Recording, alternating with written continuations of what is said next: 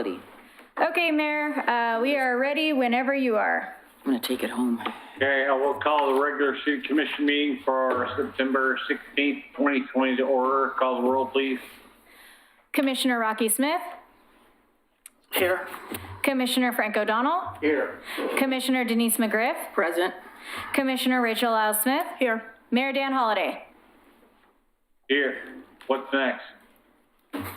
Citizen Sorry, get to my agenda. Citizen comments. Can Mayor, can I make a comment? Go ahead, sir. If the mayor's supposed to be running these meetings, why doesn't he ever have an agenda or know what the next agenda item is? Every meeting. Well, So if you would like, the new format, I just looked on my phone and I can't pull up that meeting on my phone. So I'm going to depend on Katie. I'm still the mayor, so let's move on. Thank you. Okay, sorry. Yes, we are down to citizen comments, and we do have a few in the audience, so we'll start with the ones in the audience. We have Carla Laws.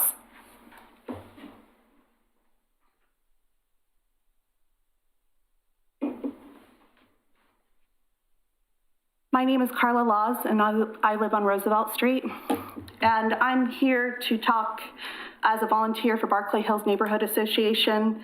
The neighbors near Barclay Hills Neighborhood Park had graffiti happen. They were very upset about that. They actually took pictures, and all the neighbors got together and cleaned up. But the neighbors there were hoping that there could be maybe some more enforcement with police officers or surveillance on the area, because they're hoping that the graffiti doesn't continue. So any type of, I was hoping Chief Band would still be here. He is part of the meeting. He is participating virtually. There he is right there. Okay, hi. I know that the neighbors talked to you, so is there a way that, I know there's so much going on, but that there could be more surveillance possibly for the neighborhood near Barclay Hills Neighborhood Park?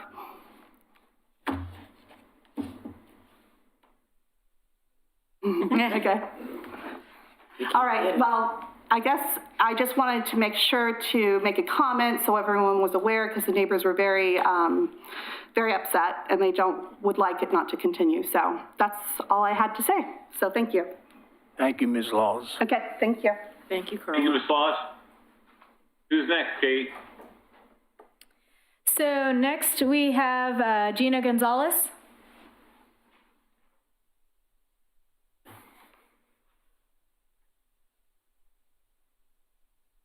Good evening, Commissioners. My name is Gina Gannon Gonzalez, and I live in Oregon City.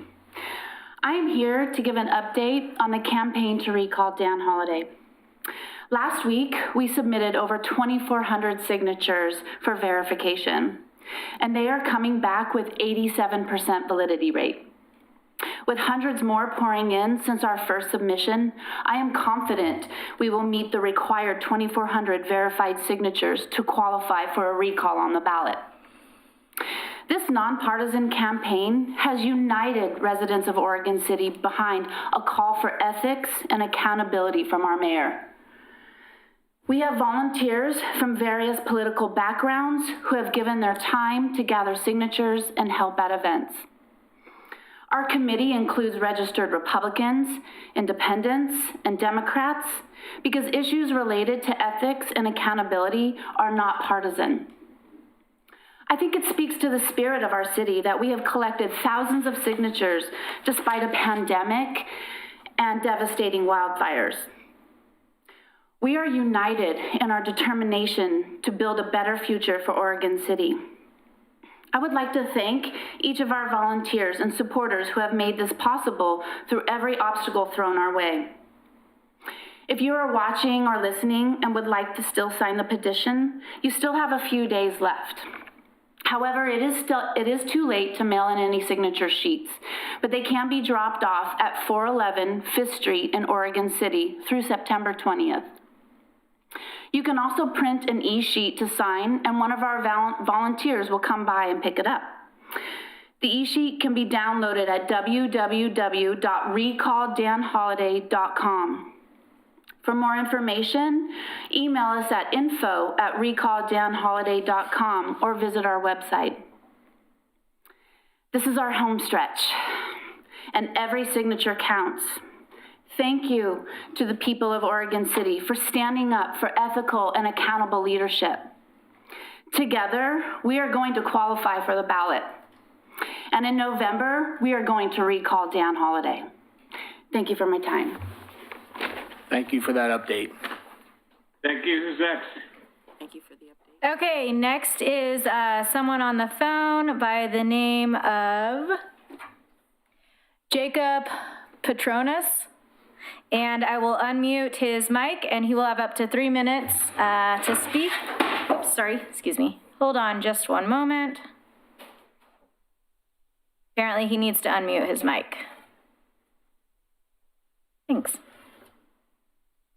Jacob, are you there?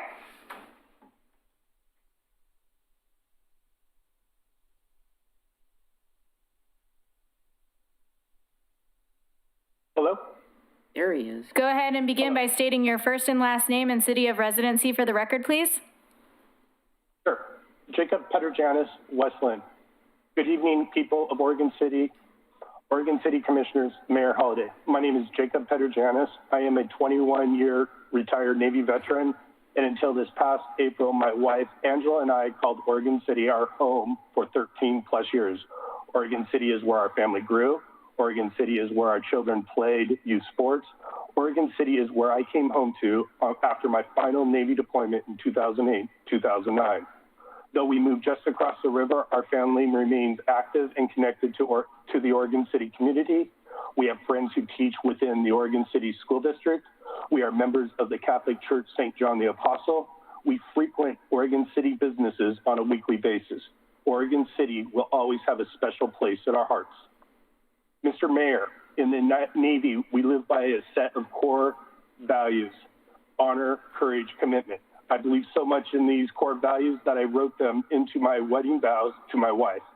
I believe all public servants, especially our leaders and elected officials, should serve with those core values in mind.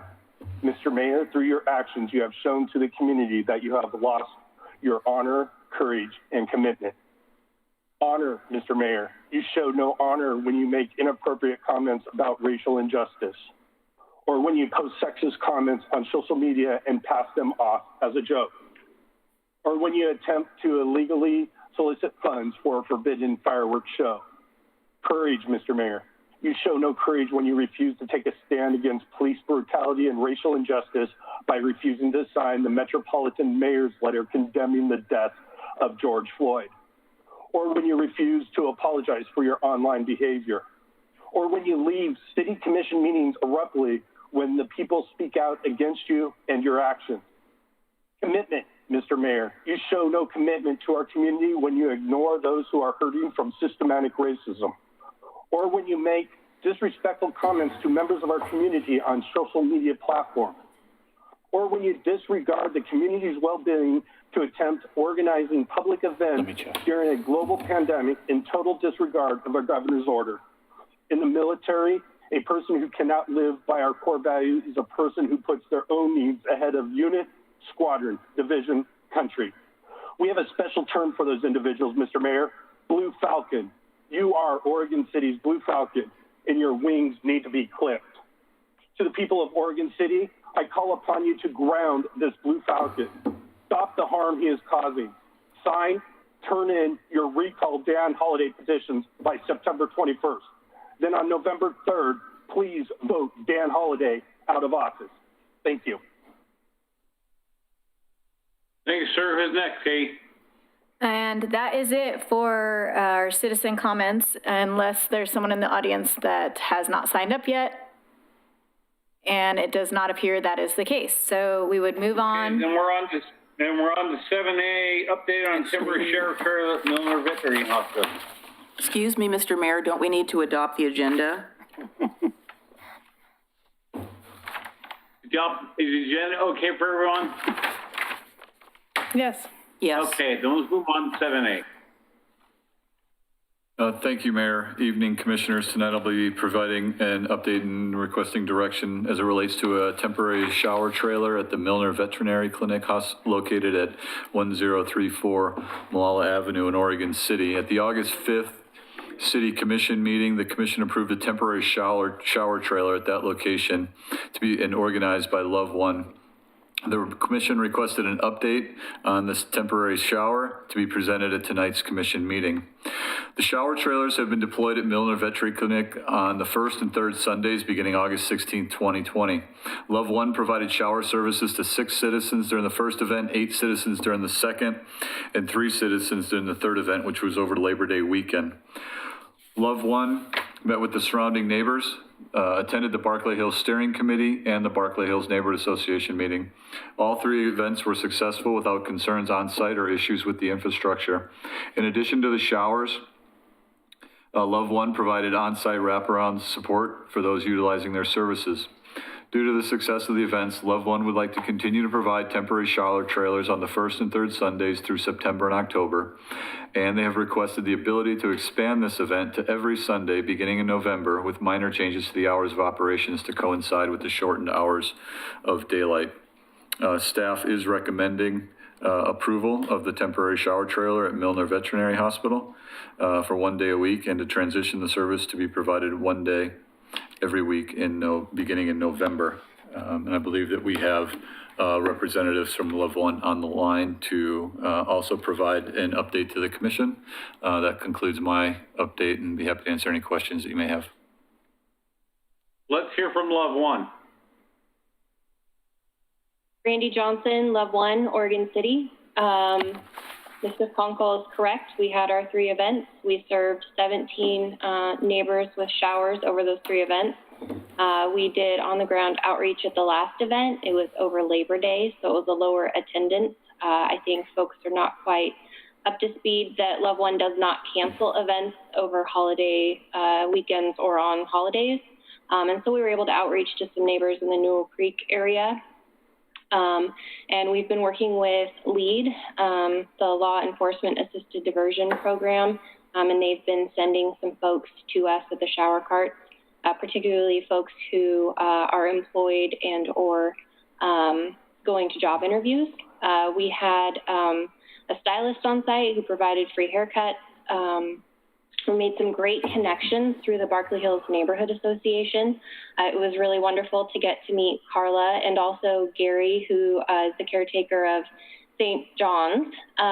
He provided some brooms for us. We can better clean up the site and helped us out one of the events. And a nurse who heard about us from the last commission meeting came and has offered some medical care on site.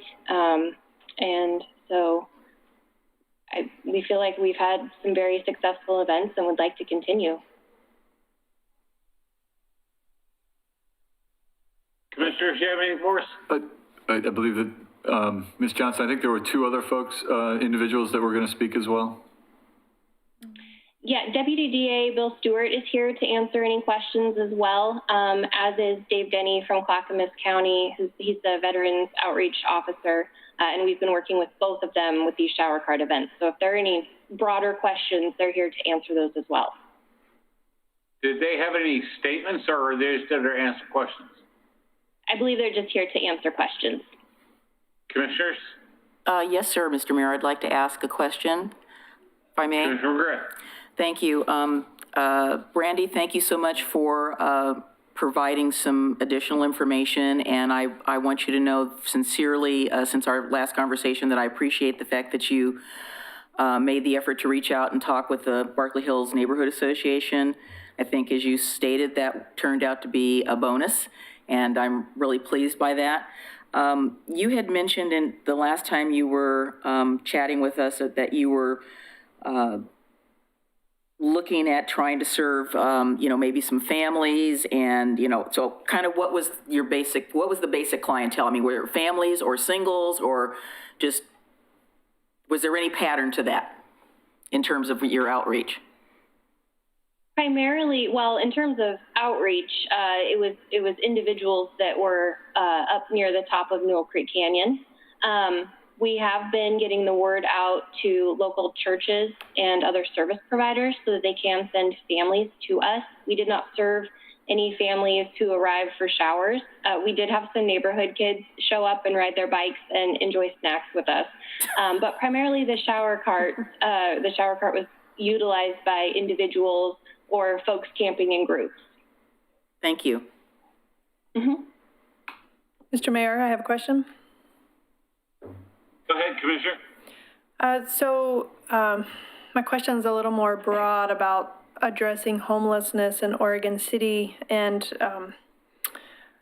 I've heard from a few folks in Oregon City that feel like this is an enabling service, and so I understand. I've heard both sides of that argument, but my question is, how is Love One partnering perhaps with more services from the county or with Oregon City Police Department or homeless liaison, like to, at some point, showers and haircuts, I understand they help someone that's in that position attend an interview and look presentable, and it can make a difference. And so I do believe that they are needed as a step for someone to potentially move out of homelessness, and there's a lot of value there. So I'm just wondering what other services there are that you're potentially partnering with to just hopefully increase your ability to transition someone or help someone with additional services. Sure. Bill, would you like to step in on this? Sure. Again, this is Bill Stewart with the Clackamas County DA's office. I'm the community prosecutor. My experience has been that the shower events are a phenomenal opportunity to build trust with these individuals. They tend not to be very trusting of people who are in my role. At a shower, our case managers from LEAD and other folks like Dave Denny can build the connections that will allow people then to be connected to service. It's not enough just to have the services and show them to the homeless folks. It's really helpful to build trust and help walk along with them as they move into that. That's where we've seen the most success. That's the basic concept of the LEAD, or Law Enforcement Assisted Diversion Program. We see the shower events, which we want to take countywide, as a key element to try to address homelessness throughout the communities in our county. Okay, I appreciate the answer, and I'm happy to hear that. Like I said, I've been super supportive of this. I had a friend who, believe it or not, ended up getting a DUI and who had a master's degree, worked as a professional in a different state, and got a DUI and a couple of DUIs because he had an alcohol problem, clearly. But I saw that person who was well educated in a spiraling situation and could not climb out of it. And I remember talking to him about how difficult it was to go and interview to try to get a job. He was educated with a master's degree, and to get a shower, just to get a shower to look presentable to go to a job makes all the difference in the world. So I because of that experience, it made a huge impact on me personally. So I thank you for the work that you're doing, and I just I want to have a good answer for folks when I am personally asked, is this just enabling someone who's homeless, or are there additional things that are happening that I can talk about, because I want to support this 100%, and I want to make sure that we're doing everything we can to try to truly help those get out of that situation. So thank you, Brandy. Sure, and I think another really important point is not just focusing on employment, but basic hygiene care. What we're seeing is an outbreak of scabies, and there's another infection, Giella, I might be saying that wrong, that's been rampant in houseless folks lately. Lice, body lice, head lice, bed bugs, and these are things that go on public transportation with folks. So just at a very basic level, showers are also helping prevent the spread of disease. Mr. Mayor, comment? Mr. Carlo. So I'm supportive of the program in general. I like the goals of the program. I also feel an obligation to the community to do an ongoing monitoring of this. I know we're asking for a 2-month time period, and I think it's so easy to come back here in a month and say, is it still business as usual, no problems, things are moving right along. So I have no problem supporting the thing, and I actually applaud Ms. Johnson's communication with people like Carla Laws, very good job.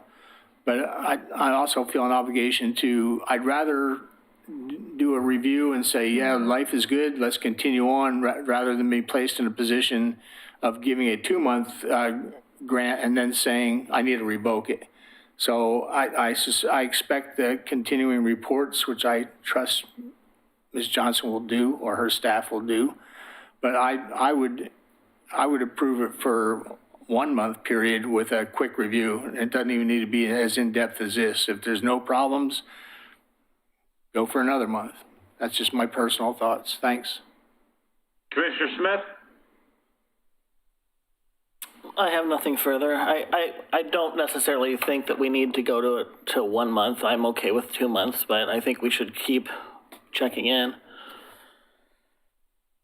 I'm fine with the 2-month extension, as long as, I think once a month, have them come back and give us a report. So is there a motion? I'd like to move that we authorize the city manager to move forward with allowing the shower trailer at 1034 Molalla Avenue for the period as specified in the report. I think I agree that I would like a follow-up after the 2nd month. And again, talking about the number of people who we're serving and how their outreach is going. I think that they're doing a great job, and I appreciate everything that they've done so far. Would that be for, so in 2 months or after 2 months? So we have roughly November 18th or December 2nd? Like the first meeting in December. December 2nd, we would bring this back for an update to the commission. Yeah, that's fine. Is there a second? Oh, second. Further discussion? Question? Call a roll, please. Commissioner Rocky Smith, Aye. Commissioner Denise McGriff, Aye. Commissioner Rachel Lyle Smith, Aye. Commissioner Frank O'Donnell, Aye. Mayor Dan Holliday. Aye. So we're on to 7B, real estate contract for the sale of Oregon City Police Department property located at 320 Warren Milne Avenue. Mr. Conkle. Thank you, Mr. Mayor. I'm sorry. Yeah, so I'll turn this over to Chief Band. Good evening, Mayor and Commission. So this is fairly self-explanatory, at least what I can say initially. I know there's some things that I think people are going to want to talk about. Vector control, if you remember, this is a purchase agreement, purchase and sale agreement. They reached out to us. You might remember their name came up when they were, we had a couple different offers that were signed and then considered by F&F Structures. And through the course of that, we had learned that Vector Control, who they're basically the mosquito people. I don't know what else they do for the county, but I know they help control that and hopefully some other things. But they had reached out with an interest in buying this property from us directly. And I've been in communication with their executive director over the course of the last few weeks. And their board, they're governed by a board who I believe is appointed by the county commission. And they had reached out and wanted, their board had approved the same purchase price that F&F Structures had given a $2,800,000 with 90 days that they wanted for due diligence. And $5,000 was what they had authorized him to offer us in terms of down payment or earnest money. And so that's what you have before you. We wrote the contract, Mr. Kabizman did, and but I'm assuming you're going to have some other questions about some other stuff that I know came in today. Is the attorney in the room? She is. Ms. Richter, how are you? I'm good. How are you? So I have a question. Someone brought up this whole deal of indemnification, and my question is the city liable for getting in the middle between Vector Control and F&F Structures? I think the answer is no. But I think if the commission is concerned about that, one of the ways to resolve it would be to delete paragraph 17 from the purchase and sale agreement. Paragraph 17 relates to commissions owed to real estate agents, brokers, or firms.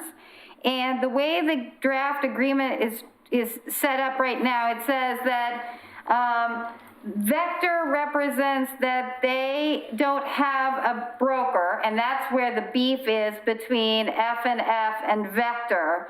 And then a second sentence goes on to say, Oregon City agrees to indemnify Vector for any of Oregon City's broker fees. Well, Oregon City doesn't have a broker, so we couldn't. So there's no harm in us agreeing to indemnify Vector from our broker fees because we don't have a broker. But that provision doesn't have a parallel provision for Vector in this draft.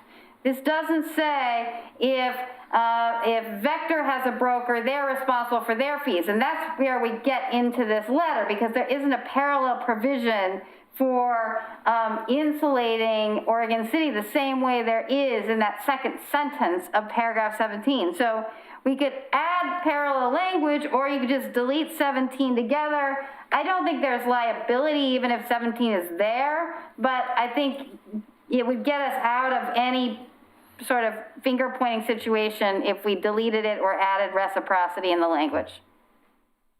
Thank you, ma'am. I just want to be clear that I think that we don't need to be in the middle of that thing. And so if deleting that paragraph 17 is the way we should go, I would recommend that we do that.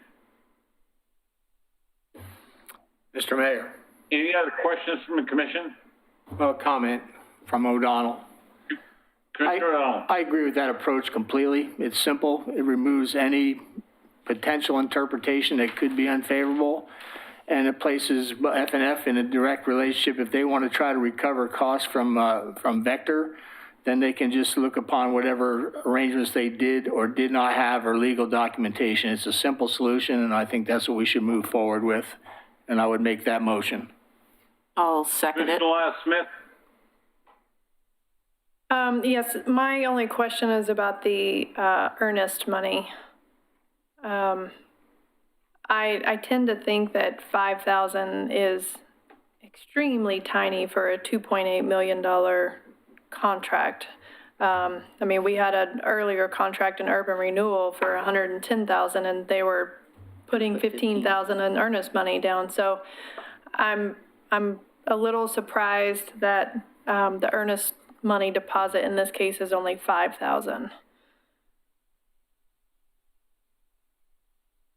Somebody care to comment on that? Commissioner McGriff, do you have something? No, I just wanted to, that was a question that I had as well, and I guess So can you guys hear me? I'm having spotty coverage here, but can you hear me okay? Yes. Yes. We can now. Yeah, so my question was about that earnest money agreement, and then my second question is to the attorney, do we really care whether there was an agreement between Vector and F&F? Because I don't see that that's really our business. No, we don't care. I mean, you know what I mean. We don't care, but we don't want to have provisions that could be used to drag us into something alleging that we care when we don't. Yeah, and I mean the word care the way you mean it, which thank is you. not. Thank you for understanding that. Yes, I don't want to be in any alleged or presumed agreement or some be on the hook. So that's. Chief Man, you want to answer earnest money question?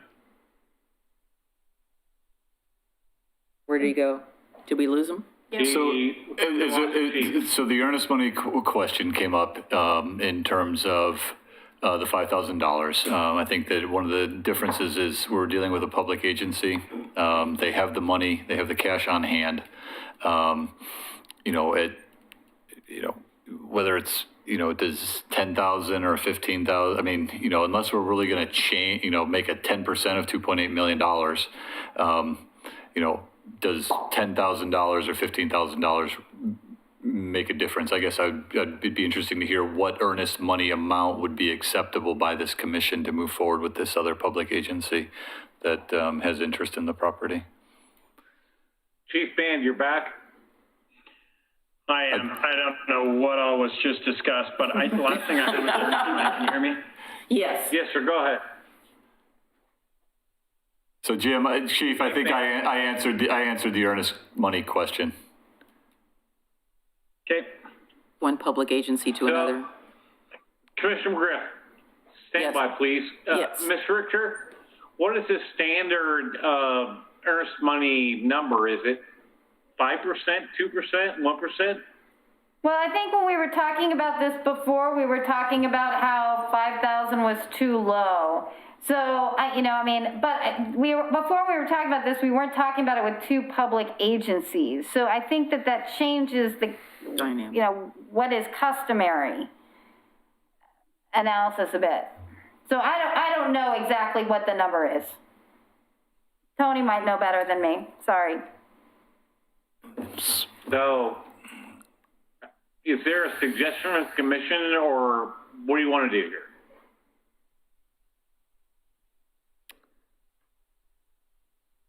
Mr. Mayor, I don't have a problem fundamentally with the $5,000. Again, I think Mr. Conkle pointed out the fact that it is another public agency, and if they have the cash on hand and the cash is, it's good cash, we can cash it, we get the money in our hand, then I'm okay with the 5,000. If it had been a private party, I think I would have asked for more.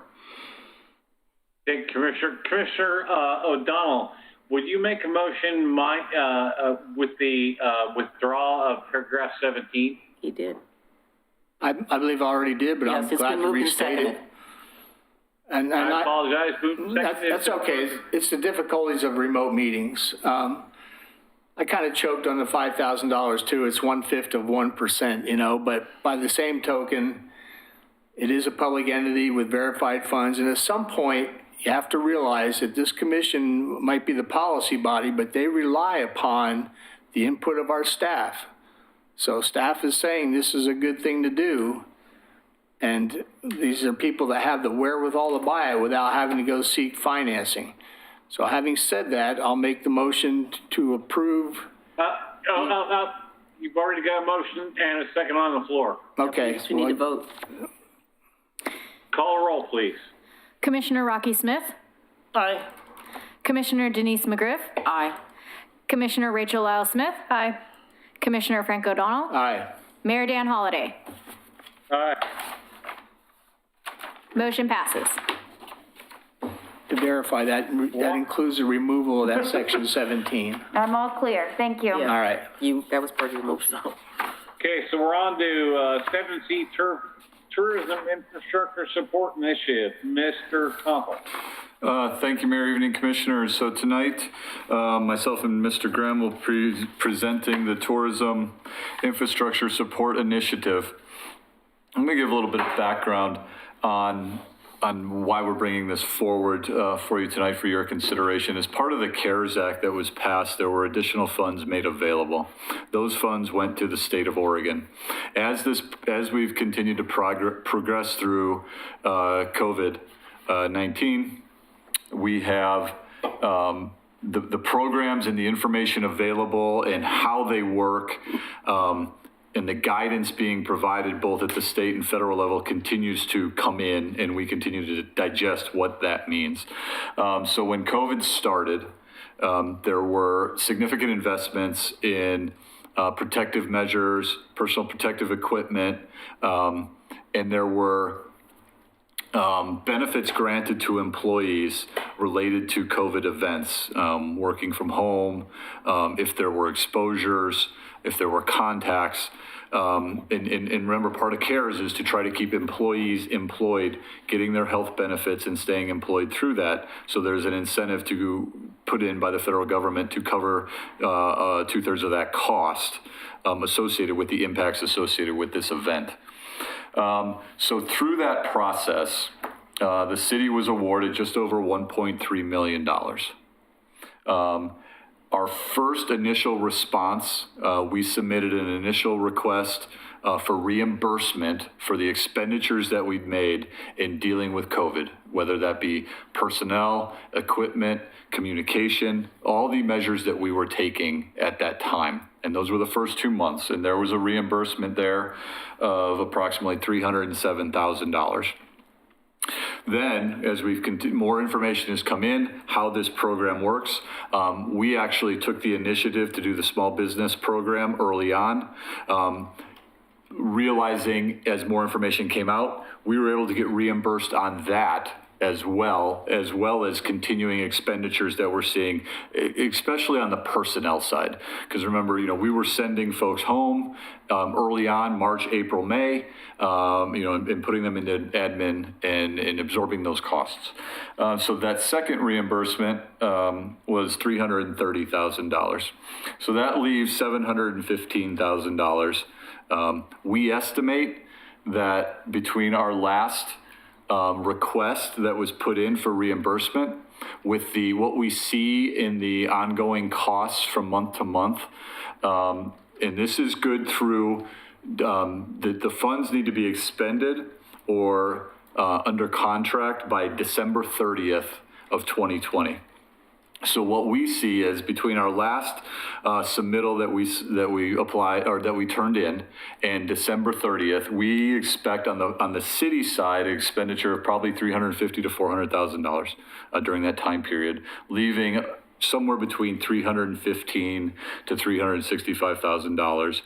And so in discussions with staff, Mr. Graham, Ms. Turway, what were some programs that we could identify to get these funds out into the business community that would help deal with these COVID impacts that we're seeing and that we're going to continue to see, especially as we transition from, being able to be outside to potentially starting to lose some of that availability when you're talking about retail, restaurants. And then obviously we're putting a tremendous amount of effort into our tourism-based economy.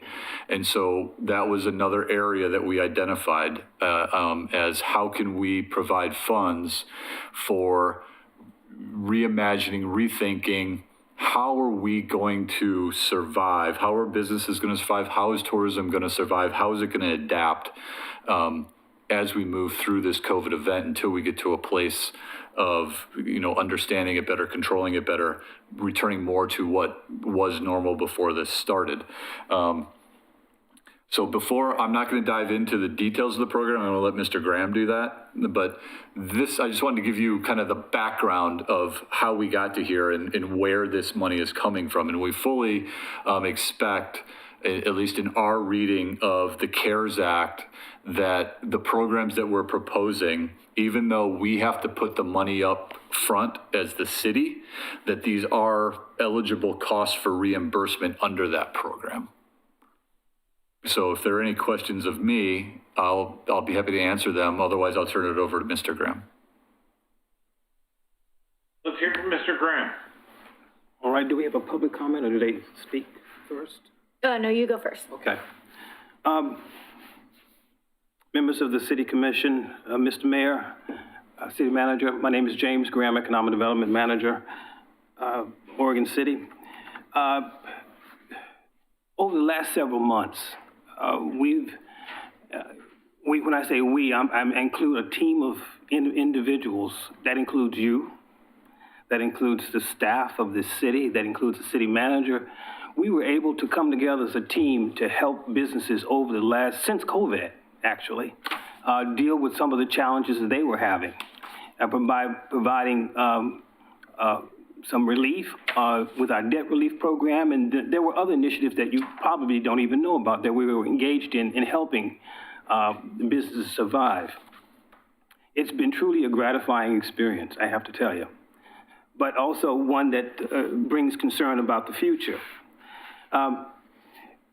What we're looking at now, we have another opportunity to do something that hopefully you'll never have this chance again, but then again, you have a windfall to be able to help businesses and to invest in business. This time to actually invest in them in such a way by providing a forgivable loan that eventually turns into a grant. It starts with a loan. And if everyone does what they're supposed to do in terms of the application process and implementation, it turns into a grant. So that's the fundamental part about it. Now, it's called Reimagine for a reason, because this is an opportunity to help our businesses reimagine their operations in this situation. Because a lot of times people just don't have the time or the money, particularly the money, to reinvest in their business in such a way that it takes them into a new dimension. It takes them into the area of vision. And vision costs money. And so this time we were able to actually provide them some assistance in that way. And so when we speak reimagine, we're saying that if you, give you an example, if you're a business owner, say that you're a restaurant, and you have the ability to, you've been awarded this type of funding, and you're concerned about your customers coming inside in closed surroundings. Maybe there's an opportunity for you to, if you're a sit-down restaurant, maybe you haven't transitioned to being a takeout situation, and that costs. I mean, you have to actually change staff.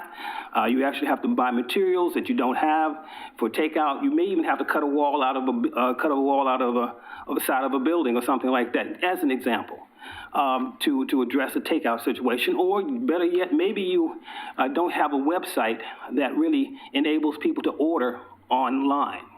And websites are not cheap if they're well done and they're very interactive with the customer, in which they should be. It can cost a great deal of money. But when you have the opportunity for this type of investment, you're supposed to think big, because you very well may, as a business owner, you very well may not have this opportunity again. So in essence, that's what the program is about. And I want to talk about how the program works. Now, what I'm asking for tonight is an approval on policy. We have a whole slew of administrative protocol that is in the back of this. But tonight, it's about program guidelines and policy. And what we're saying is that there's an application form, and we're asking the business applicant to file an implementation plan, which very well may be about 3 pages. But tell us what you're going to do. How do you think big? And then there are 2 committees. There's something called a project selection committee, and there's another committee called the Technical Advisory Review Committee. The Technical Advisory Review Committee is one that actually reviews the application from a technical point of view, in terms of maybe the business is buying something mechanical. Maybe there's a process by which they're going to utilize. On that committee is nothing but engineers that can help the applicant think through what they intend to do. Can't tell them how to do it, but certainly give them some advice as to what they intend to do. But then they are in a role of also reviewing the implementation from a technical point of view. There's a project selection committee. The project selection committee reviews the application, gets information from the technical assistance committee, advisory committee, and also on its own, it reviews the application from a business point of view. You may think big. Mr. Grant? Yes. Who comprises the advisory committee, the selection committee? Those individuals on that committee include the economic development manager, an accountant from the private sector. We're suggesting maybe an attorney, somebody from a financial institution, the economic development coordinator, Oregon City, the tourism specialist, and someone from the Clackamas County Tourism Department. I would suggest an additional member of someone from the Chamber of Commerce, someone from DOCA, and obviously all those appointments have to come through the mayor's office. Well, I guess that's your either your call or the commission's call. But there are reasons why that is not the case in this application. Because they very well may be involved in with the applicant in such a way that it might be a conflict of interest for them to be on the committee, and we don't want to put them in that position. So these two committees are involved in helping and approving the application, helping the applicant and also approving the application. So I don't want to go into much detail, but I just want to give you a flavor. We're talking in terms of award. We see approximately between $15,000 to $25,000 per award. Now, there may be times when it'll be larger than that because it's called innovation for a reason.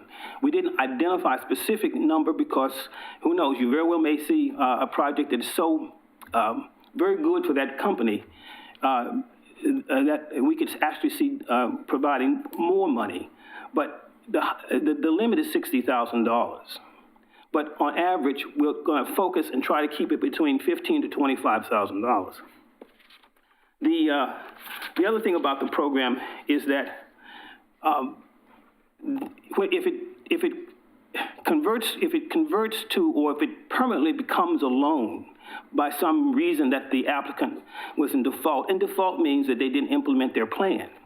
Default means that they misled us in some way. Default means that they misled the committee in some way. And so if those conditions exist, then they're in default. And then it becomes a loan, a permanent loan, at 8.25% over 5 years, and a personal guarantee was required against the loan.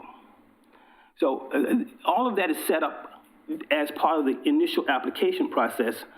The applicant knows that this is a forgivable loan going into it. But if they do all the things that they say they would do, it is a grant. But that's it in a nutshell in terms of the broad brush.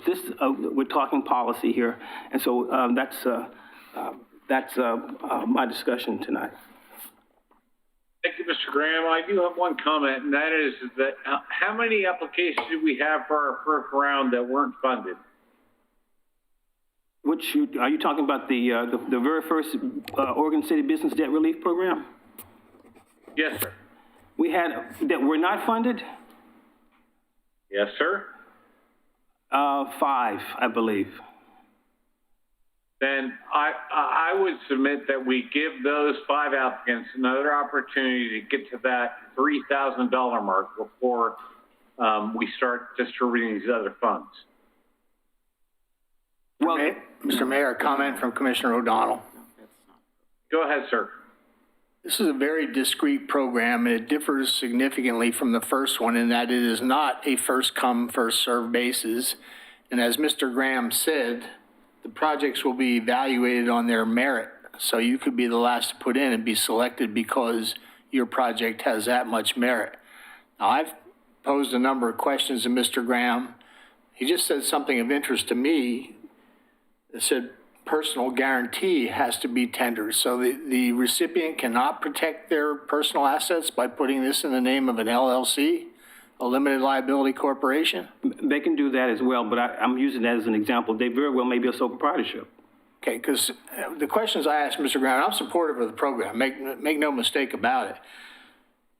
I was curious how disbursements were made. Do we just plunk a lump sum of money down, or do we do something like back when they had construction perm loans, where as you accomplish a percentage of the project, you were dispersed those monies? And I posed those questions to you because I didn't want to blindside you, so you can answer them. Are you talking about reimbursement?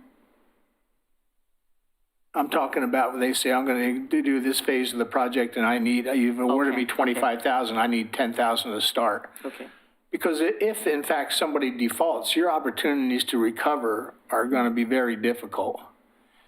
And is there any ongoing monitoring, or we award the money, and at what point do we verify that the project's been completed to our satisfaction? There is ongoing monitoring. By whom? The staff as well as the Technical Advisory Committee does the monitoring. And keep in mind, the monitoring very well may be short-term, particularly if the business is buying, say, an air conditioning system with a special purifier type of deal. The purchase has to be made, and if the purchase is made with the proper receipts, the monitoring is done. So it all depends on what the situation is. And I know I asked, I mean, the thing starts out as a loan. Is interest actually accumulating at that point, at the initiation point, or upon a default point? A default point. Okay. Well, I am supportive of the program, but I'll tell anybody who's thinking about applying, it requires some thought and it requires some proper documentation. So don't come in here half-baked or Mr. Graham's going to say, no thanks. Come back with the paperwork in order, and I'll save you that right now. Because I read it in its entirety, and you got to provide the proper paperwork and a valid project, which will compete for funds with other valid projects. So I'm for the project, and you've answered my questions. Thank you, sir. Thank you. So I want to come back to that original thing. So we had 5 applications for the original grant. That would come to $15,000. Is that right, Mr. Graham? That's correct.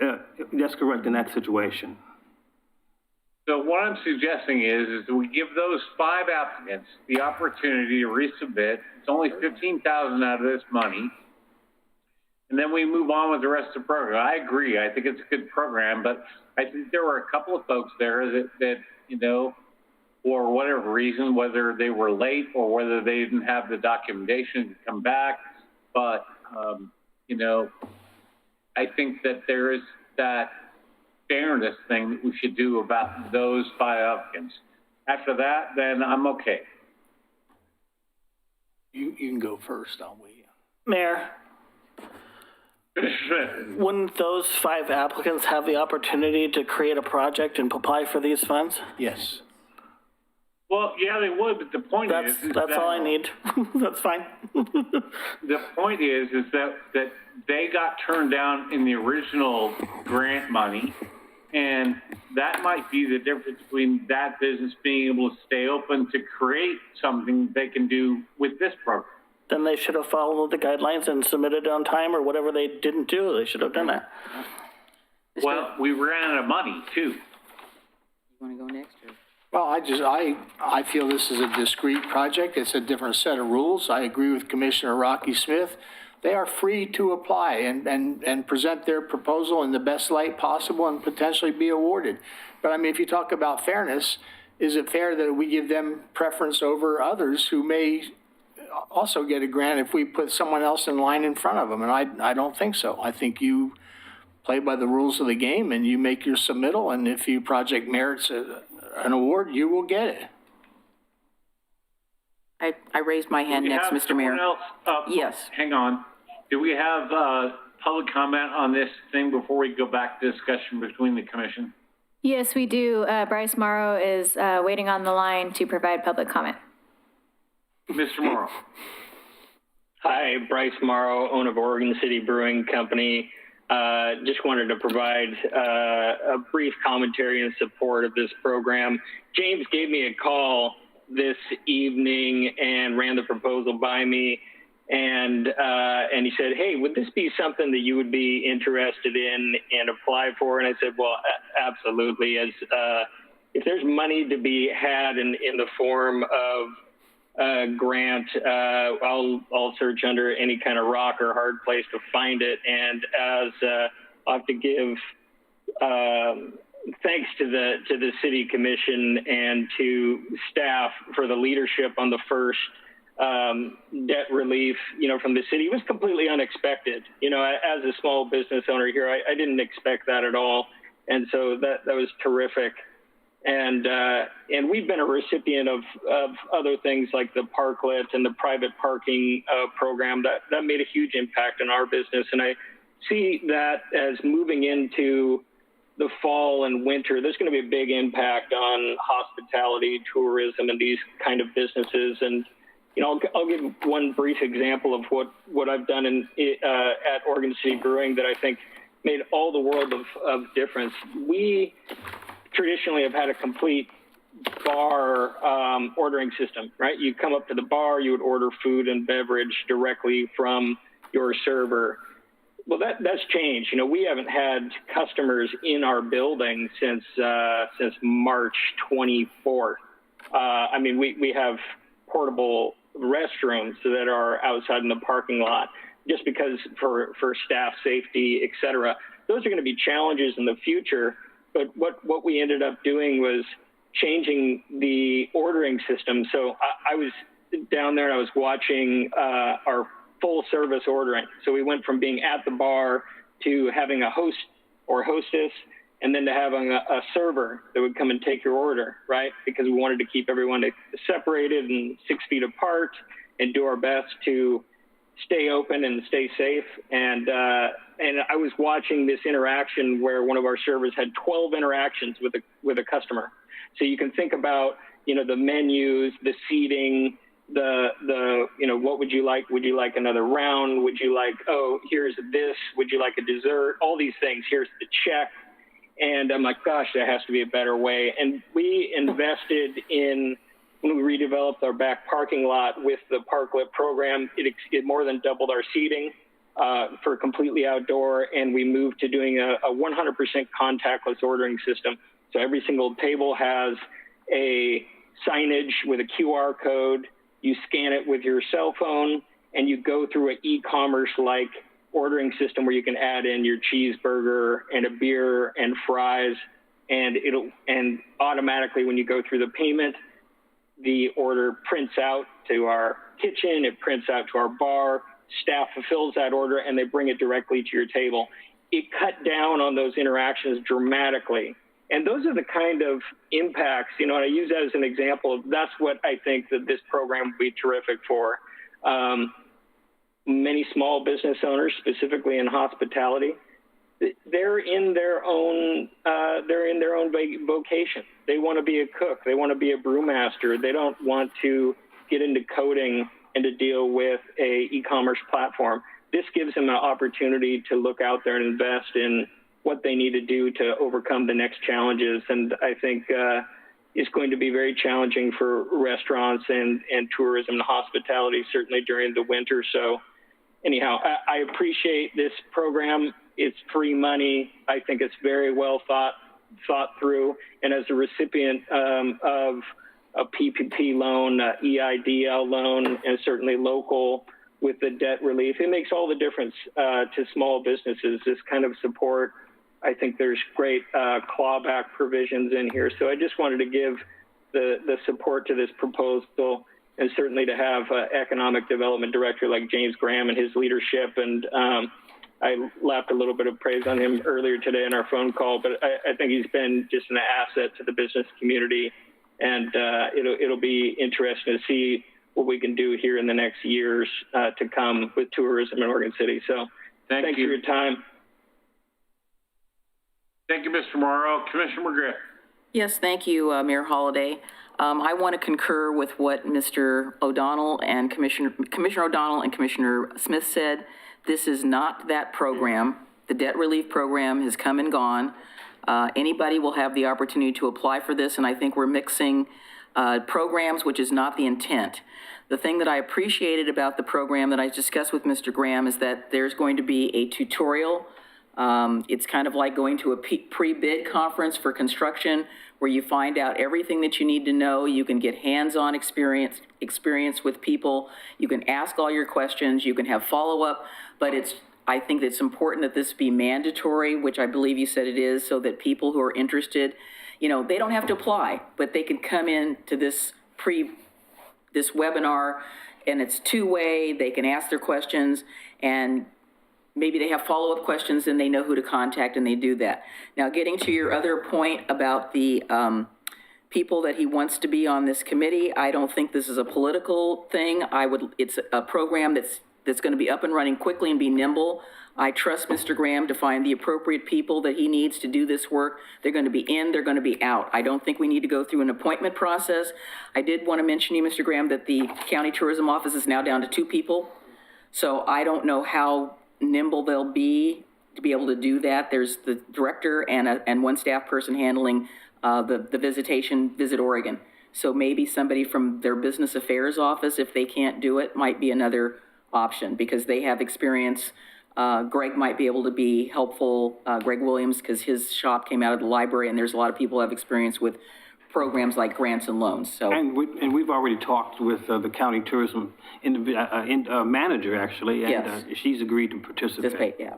I was just being cognizant of the fact there's only 2 of them now, and they used to have a staff of 13. Yeah. Commissioner Smith. Thank you.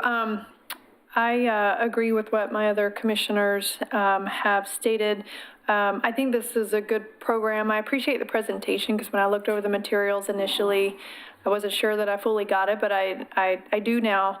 My only comment is I just want to make sure that we cross our T's and dot our I's to make sure that every single project has a COVID connection to make sure that our funds are reimbursable. I think your narrative at the top of your guideline summary does a good job of making that connection of what we're interested in. But when you hit the implementation plan and all the requirements, I feel like the COVID piece is lost.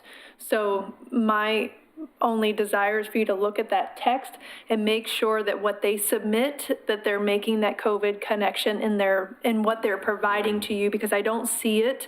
It's definitely in the narrative, but I want to make sure that it's clear that they need to make sure that that COVID connection is there to ensure that there's no question that every project that gets approved and reviewed by this committee can be reimbursed with federal dollars, since that's the way this program, it's a reimbursable funds, so it's really important. So that's my only comment in reviewing. Otherwise, from a policy perspective, I think it's a great program. Mr. Graham. Yes, sir. So the question tonight is just a general policy, and then you're going to bring us back a fully implemented plan to say yes or no. Is that right? No, this is tonight we're asking for approval to implement. Because we don't really have that much time. So moved. The deadline is approaching rapidly. So, Ms. Richter, I have a question. Yes.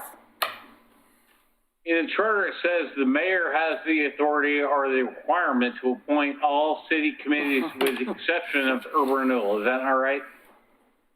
That is correct. So I would need a list from Mr. Graham about the appointments to this committee, and I can make them quickly. But I'm not sure about that. I'm not sure that these committees are the same kind of committees we're talking about in the charter. Let me look for a minute.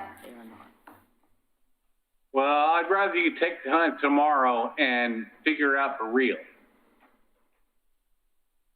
Okay. Well, what's the pleasure of the commission, please? I don't want to go through that process. It's not that. I believe if time is of the essence, we need to make a decision and launch this tonight and work out those details independently. Yeah, I agree. I'm okay with that, but we're going to follow the chart.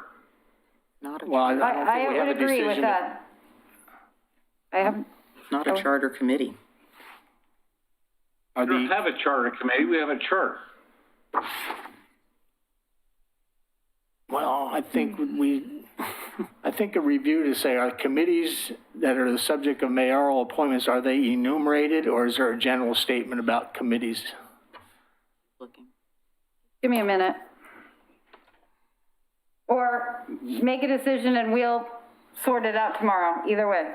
Well, I'd like to move. I'm okay with that. Commissioner O'Donnell, you have a motion? The motion is to move forward and approve this item, which is item 7C, and allow the attorney to do the necessary research on committee appointments, but to launch this initiative immediately. Second. Moved and seconded. Further discussion? Call a roll, please. Commissioner Rocky Smith. Aye. Commissioner Denise McGriff. Aye. Commissioner Rachel Lau Smith. Aye. Commissioner Frank O'Donnell. Aye. Mayor Dan Holliday. Aye. On to 7D, Resolution 20-27, extending a state of emergency. Mr. Cockle? Thank you, Mayor. Evening, Commissioners. I'm sorry, let me just get back to what I had up before.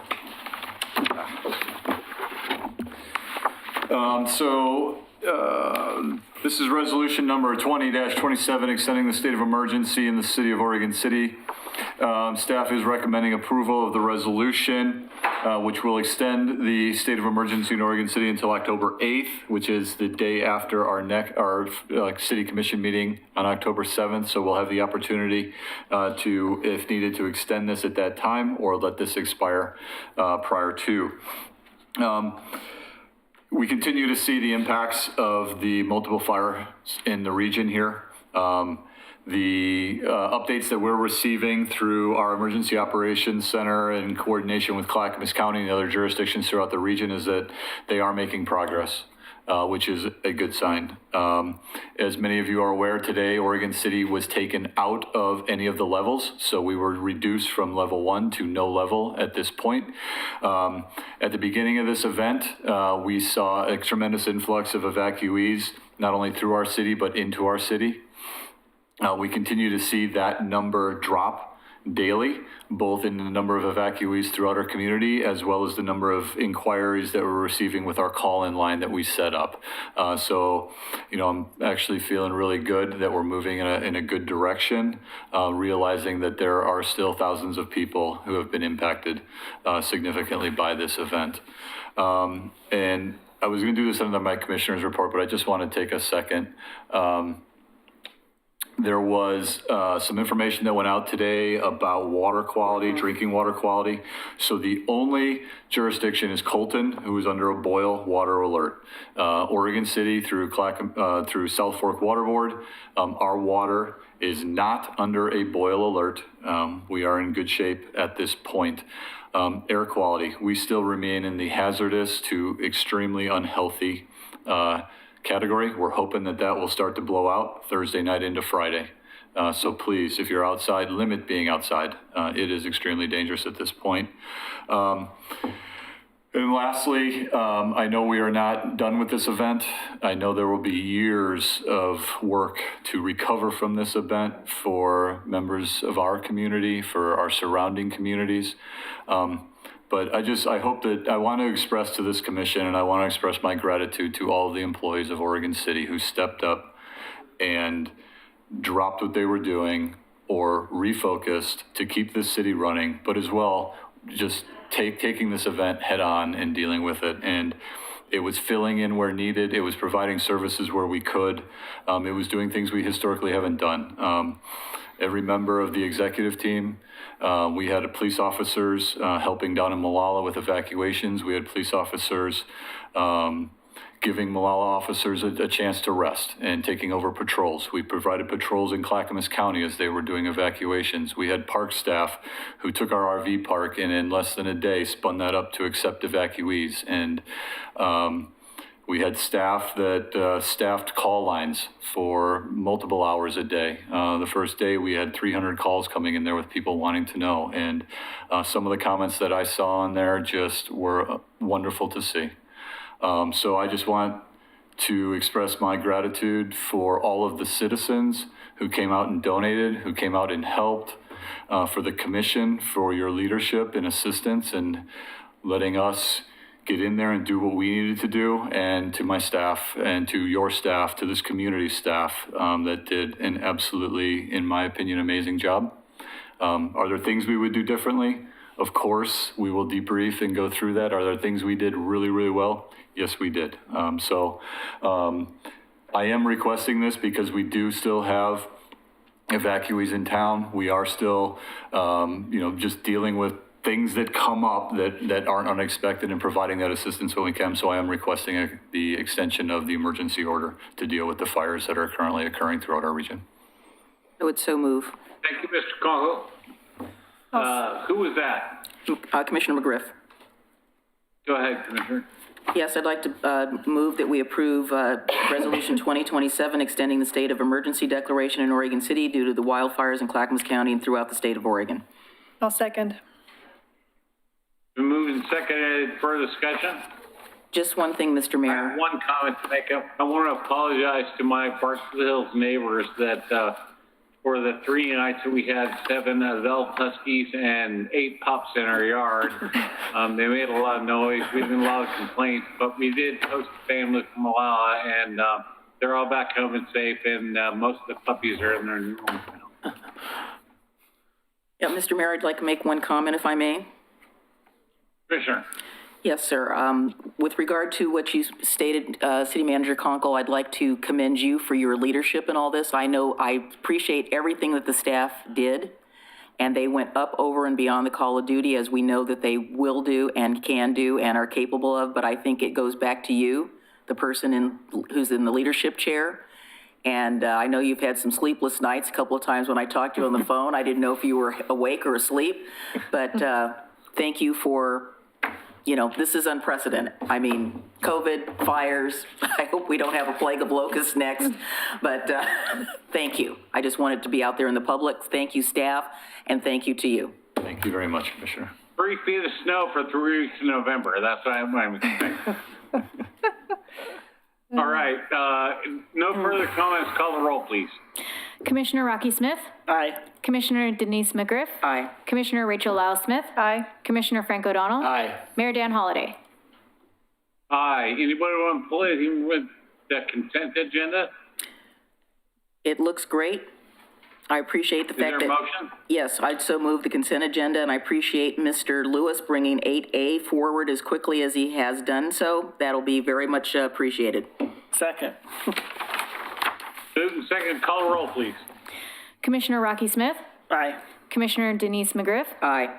Commissioner Rachel Lyle Smith? Aye. Commissioner Frank O'Donnell? Aye. Mayor Dan Holliday? Aye. Mr. Manager. Thank you, Mayor. Evening, Commissioners. If I could ask Ms. Riggs, I'd like to give you an update on the status of the Waterboard Park work that we're doing to prepare that for a potential designation as a charter park. So the survey work, we were able to get that completed. What I'm about to show you now is what, as soon as Ms. Riggs gets to that, I'll go ahead and skip that. Sorry. We put out the advertisement for anyone to come and purchase the Adair buildings for $1. So that will end on October 9th is when that 30-day period will run. We had staff go out and do the historical update of the 2 buildings in question that we're looking at.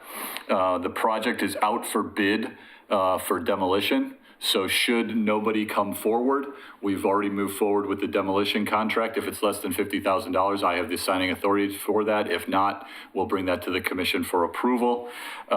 We expect to do the bid opening on September 24th. So we should have those bids back in about 8 days, and then we'll review those and then potentially award, awaiting whether someone's going to buy it or not. Once we know whether they are or not, we'll either cancel the bids that were received or we'll move forward with the winning bid. We have been able to work with our surveyor. Thank you, Mr. Riggs, for putting this up. So essentially what we worked on was doing a number of lot line adjustments to create 2 parcels. So what you see here along Center Street is the lower yard. So that would become 1 lot. And then the upper yard. So we had a couple of lots up there.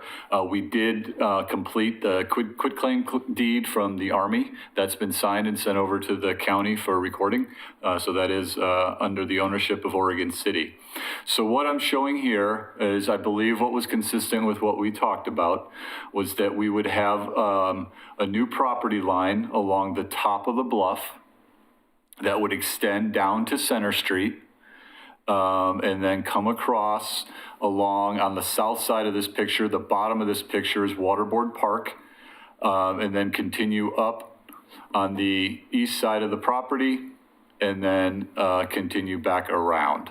So this is what the upper yard would look like as a potential consideration for a charter park. What you see on here is on the right side of the picture is there's John Adams right-of-way comes up here, and it's a little strange in here. So we're going to clean this area up a little bit.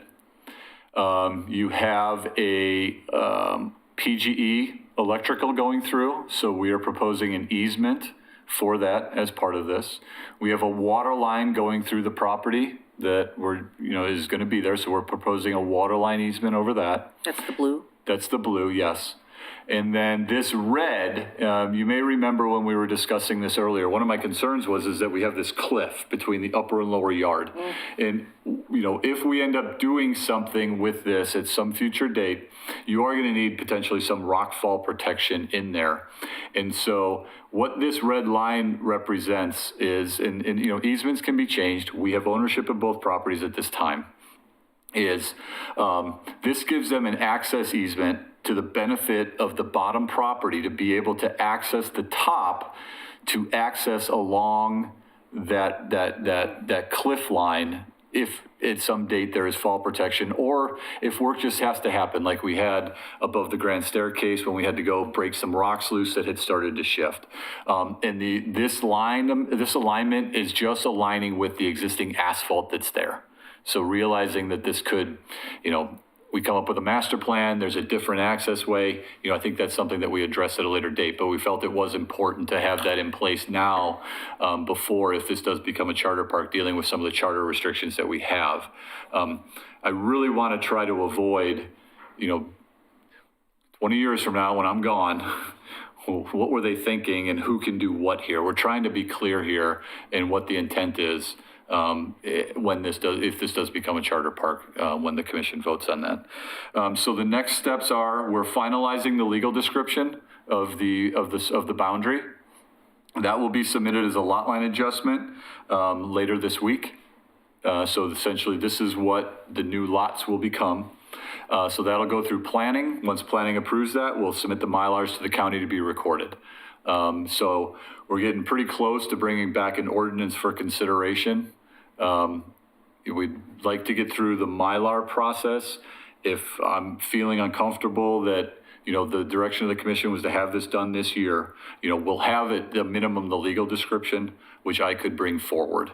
I'd like to get it all done, but if I can't, that's the fallback of what I'll do. So realizing that we have, 1 reading, 2 reading, and it goes into effect 30 days later. Okay, so working backwards, making sure that that can happen and get in place before the end of this year for the commission to consider. I'm going to, there was some question about what can it be, can we demolish the buildings if it becomes a charter park? We don't want it to become a charter park till the buildings are demolished. I'm trying to time this so they happen concurrently. Okay, we're going to start the contract. We're going to start the ordinance process. In that process, trying to meet everyone's desires and requests, trying to move through this. So that's where we're at. I'm feeling pretty good. We've got a lot of that work done. So are there any questions from the commission or anything I can try and answer? Yes. Commissioner Griff? Commissioner Lyle-Smith had her hand up before I did. Thank you. Commissioner Lyle-Smith. There was a small lot, Ms. Riggs, if you can bring back up that diagram. There was a small lot that we were talking about as part of this project. I'm trying to figure out, is that little jog of that square, is that including that lot that we're going to essentially handle? It was utility fees or something like that. All that's taken care of with this? Yes. So it's consolidating this into one lot. We'll still have to deal with the reimbursement to the utility fund at some point. But yes, this was the properties. Okay, thank you. Anyone else? Yes, Mayor Holliday. Commissioner McGrath. Yes, Mr. Conkle, thank you for the work and the update on this. The one thing I think I talked to you about some time ago is that, yes, I'm supportive of the demo. I'm hoping that included in this can be that deconstruction can occur. So if somebody wants to reuse the material as part of the demolition, that they can do that. It's not all going to get smashed up and thrown into a big drop box. Okay. I would have to go check with the bids. Yeah, I mean, deconstruction is this stuff gets reused, they can sell it. I mean, there's reusable material in there. Not everything's reusable, but there is some reusable material. And I think that we ought to make sure that whoever gets the bid knows that they can do that. Oh, certainly. We certainly wouldn't tell someone they couldn't. Okay. We did get, and I'm sorry, I was going too fast here. We did get the environmental phase 1 back, came back, what you would expect, lead paint, some asbestos, but nothing out of the ordinary that's of major concern. So we were waiting on the demolition, putting out the demolition RFP till we got that environmental phase 1 back to help us kind of determine what was needed in that demo. But yeah, if someone wanted to reuse, we're certainly not going to discourage that. Like I said, I just want to make sure it doesn't all end up in a big dumpster and go to Metro South and then go into a landfill somewhere. Are there any other questions? Being none, go ahead. Sorry, really quickly. This is kind of a hot topic item for it to be under city manager update. Will that document be provided as an attachment or to the materials of this meeting? Yeah, we can certainly do that. Okay.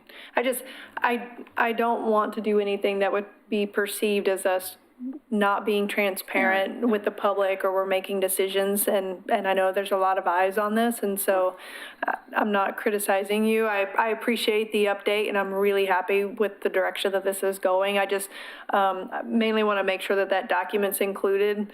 I'd like to see it myself, so. Yeah, so good. That's it.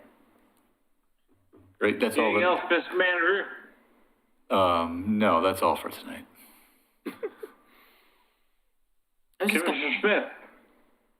I have nothing except for I just want to thank our city manager and staff for all their work that they've been doing. And not just for the last week or so with the emergency situation of fires, but for all the work that they're doing with so many other issues that are not normal, that require them to work late hours and weekends. And we're all taking calls every hour of the day and during the weekends too, dealing with all these things. And it's just nice to know that we have a staff and a city manager that keep us really informed and constantly updating us and letting us know what's going on, and have a staff that's capable of really coping with almost anything that you can imagine. And that means we're ready for the next thing, whatever that may be. We're hoping there is no next thing. Oh, there will be. There will be.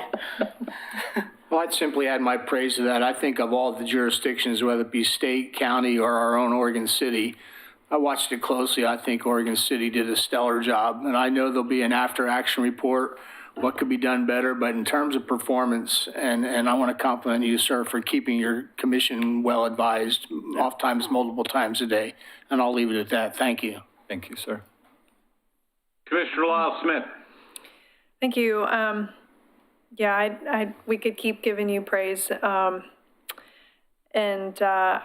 think the city as a whole really has done a great job.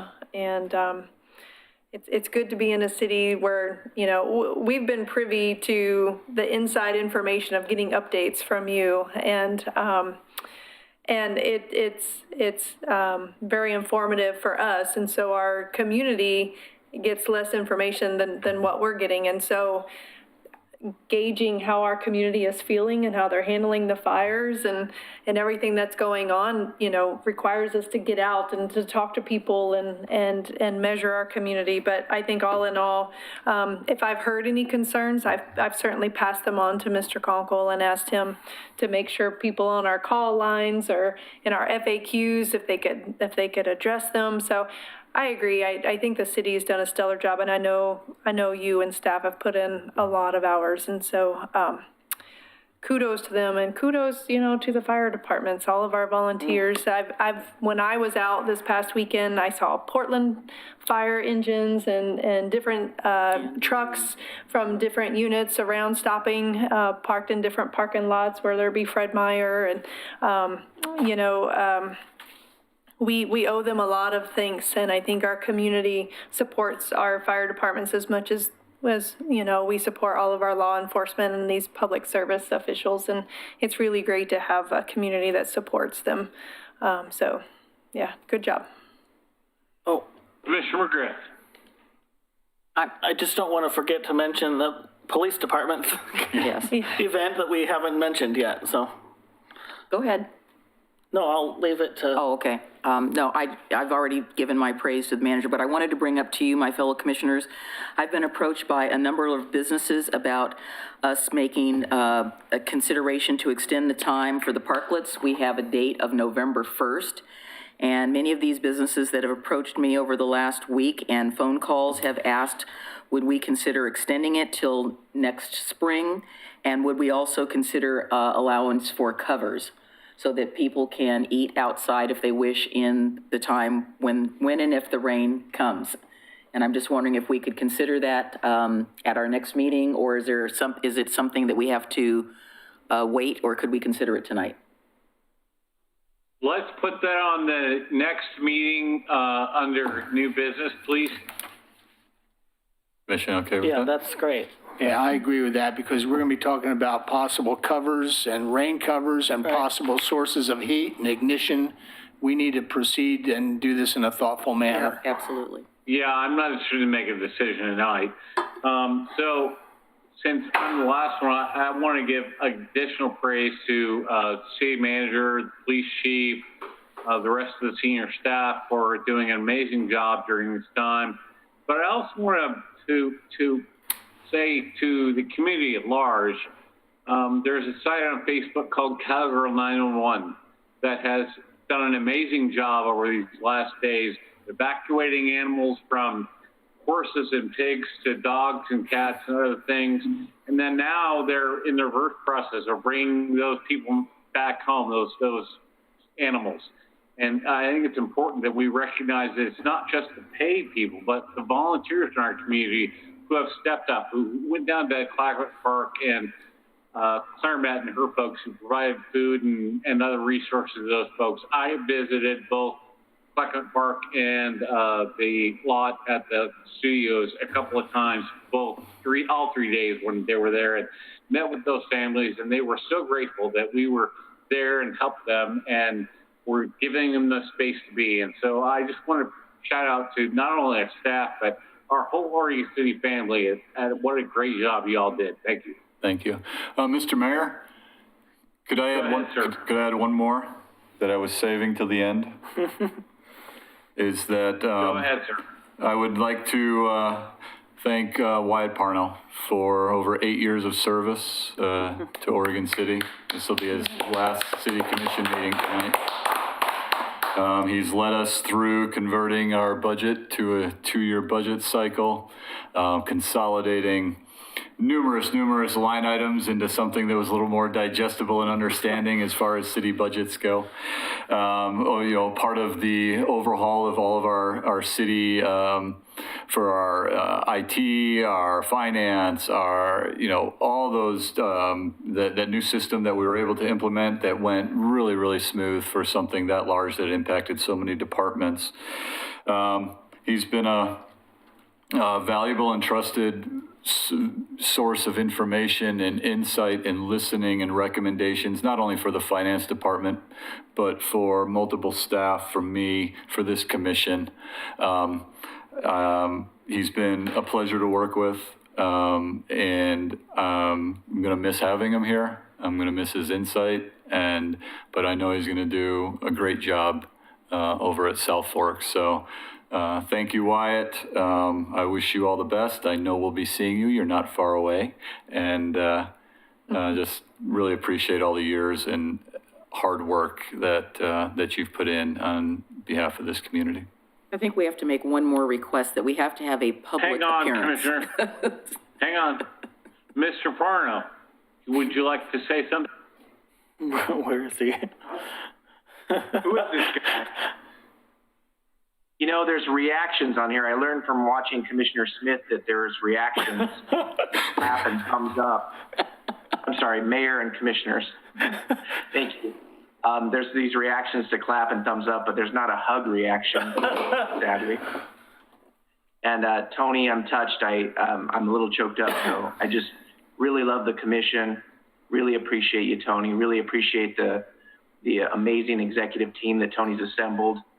And the staff in the finance department has just been amazing. So it's really tough for me to leave such an amazing group, and look forward to continuing to serve you in the world of water. Thank you. All right, commissioners. Mr. Mayor, I think Mr. Parno has to come back and appear in person so we can lavish more praise on him. Well, I've got plans for that, so we'll probably see Mr. Parno in December. We need to announce Okay. an executive session. We need to adjourn. We have to adjourn this. We'll be adjourning into executive session, and you can read the site on the agenda. So we're adjourned. We'll give it 5 minutes to get Katie back together, and we'll see you guys about 9:15. All right. Call it 9:20. And we're adjourned. Thank you. We doing that here? Yes. Okay.